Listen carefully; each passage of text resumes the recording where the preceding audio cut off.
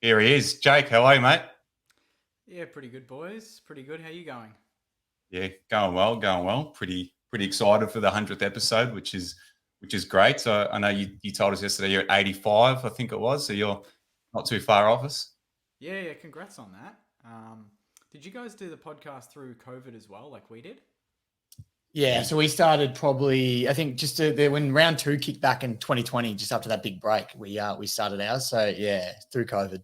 Yeah, congrats. Nice job. Yeah. Yeah. Thank you. Thank you very much, mate. We pushed through it. It wasn't just a lockdown thing. So made it 100 episodes in, but it's been great. But no, thanks for joining us, mate. So we'll obviously talk about your Saners, and we may as well start there and see how you've thought their season's gone. Obviously, you've been pretty good. You're sitting nicely in the eights.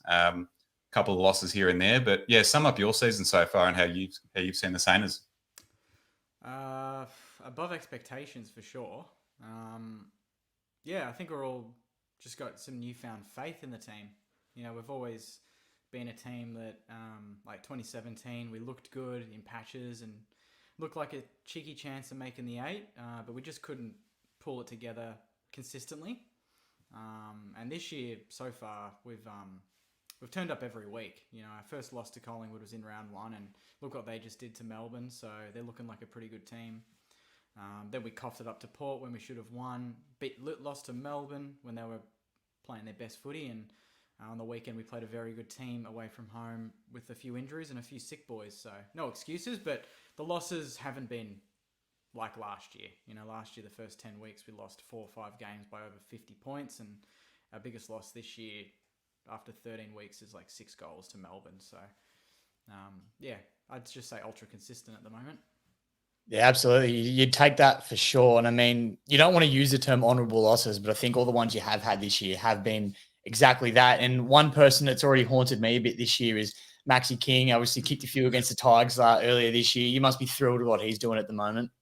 Yeah, no, he's only 21. He just tipped over his 50th game, which is hard to believe. He's only played the 50 games. But he's. I think most non-Saners would agree that he's going to be a superstar. It's just kind of a matter of when he pulls it all together. I think he's still a bit prone to having the down game every now and then. And down game for him is like 6 shots, 7 shots on goal and just not kicking straight. So he's always getting his hands, like, you can't stop him from marking the footies.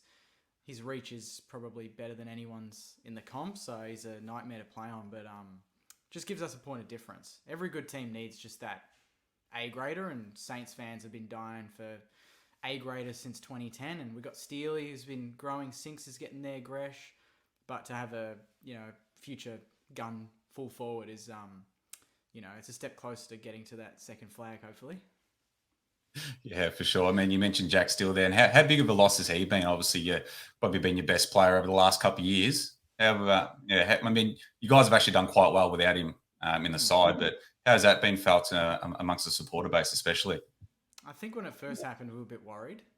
But even like 2, 3 days after the injury, we all kind of looked at our list and we talked about it on our potty that even when he was playing, he wasn't like the number one player on the ground every week like he was in 2020 and 21 when he just romped the best and fairest, got heaps more votes than everyone else. It was just a cakewalk for him. Whereas this year we've seen Crouchy get back to his best. Zach Jones, he's been out, but he's coming back in. Gresh has been in career best form.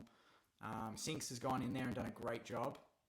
And then you've got Seb Ross, who's kind of like rejuvenated his career and really lifted to his best and fairest standards from a couple of years ago. So we feel like we've got the depth there. And our only loss since he's been away is the Brisbane game. We've won 3 and lost 1. So I think he's due to come back, not this week, but hopefully against Sydney in a fortnight. So if we can go 4-1, hopefully we beat the Bombers, but if we can go 4-1 in that time he's away, you're like, massive tick on the list. We didn't fall apart in the absence of our best player and our captain as well, leadership-wise. So, yeah, I think it's a loss, but yeah, we've handled it pretty well, I think. Yeah, for sure. All right, I'll give you a couple of questions to sort of like a mid-year review for the Saners. We'll start with your game of the year so far. So, what's been your best win? Anyone that knows me and knows Saints TV know that I absolutely hate Geelong. By far, it's just I went to school there. My best mate's a cat, so you can imagine '09 going to school in Geelong in year 11 and copping it every single week after being like the best team all year. So that's pretty traumatic events that are going to stick with me forever, I think. So yeah, the Geelong win, like especially the way it happened.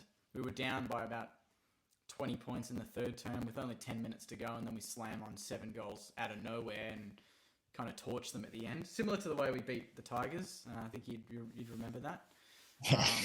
All too well.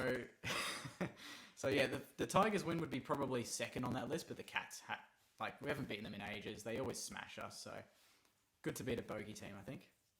Yeah, I think that's what I can resonate with. I love beating Geelong. I'm not sure what reason, but I know I love beating them. But in the same sort of vein, who do you reckon's been your best player so far, or your favourite player to watch this year?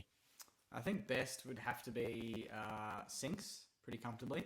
He's been amazing off halfback, and I think most people would have him in their All-Australian team somewhere, whether it's bench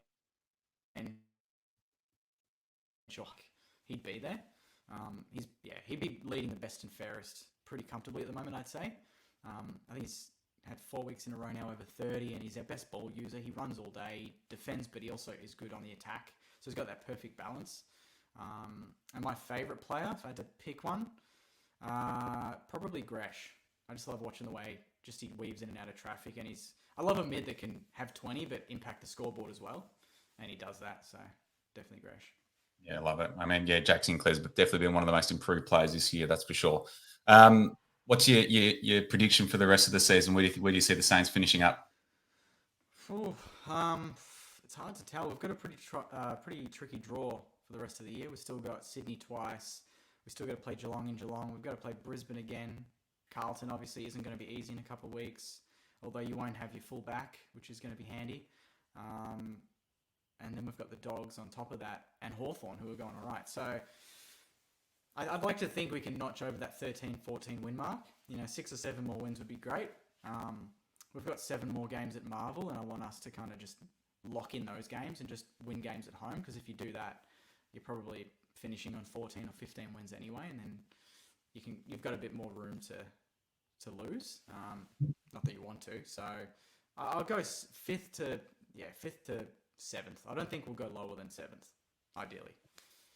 No, I don't. Yeah, I can't see you really dropping below that 7th mark at the moment. Yeah, I'm probably similar to you. I don't see you squeezing into the 4, but I don't see you finishing any lower than 7th either. So I think that 5th to 7th range is pretty spot on. You're playing some consistent footy. As long as you can keep that up, I reckon you guys are going to be pretty in good stead for the rest of the season. You thinking the same? Yeah, exactly. I think that 5th to 7th mark. But yeah, I can't see you guys dropping out of the 8, that's for sure. I mean, I heard that somewhere today. So don't think that's going to be. I just tweeted him actually like 2 minutes ago. Just like, what do you maybe he should talk about Melbourne. Maybe they're going to drop out of the 8.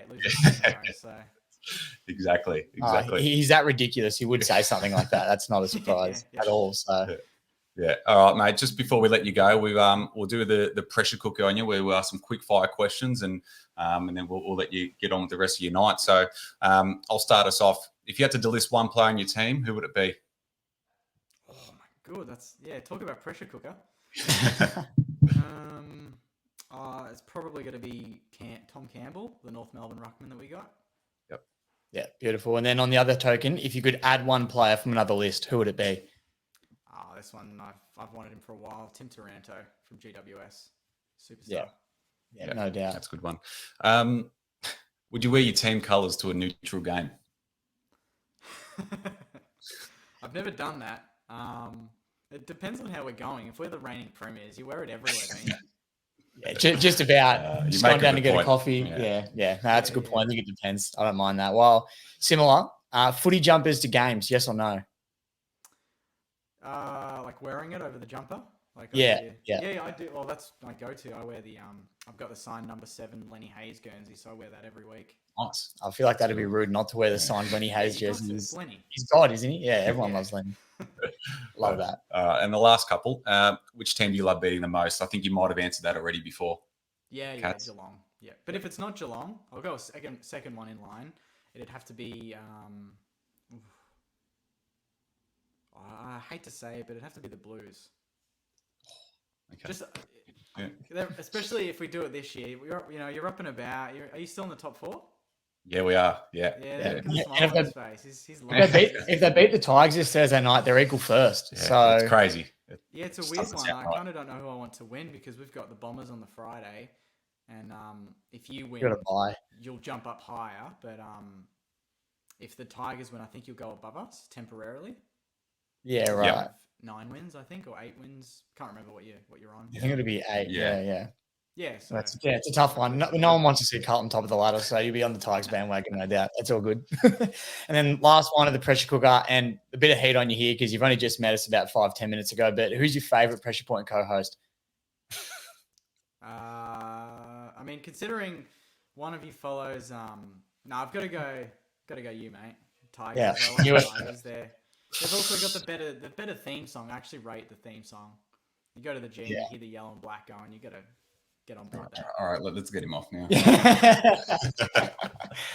Love that, mate. Awesome. Thank you very much for jumping on. We love everything you're doing over at Saints TV. These fan channels that are popping up are, an incredible thing. You give a lot of people a bit of joy, especially after a win. Fans want to jump on and have a watch. So you're doing great things over there. Cheers, boys. Thanks for having me on. Awesome. Thanks, Jake. Appreciate it, mate. And yeah, have a good night.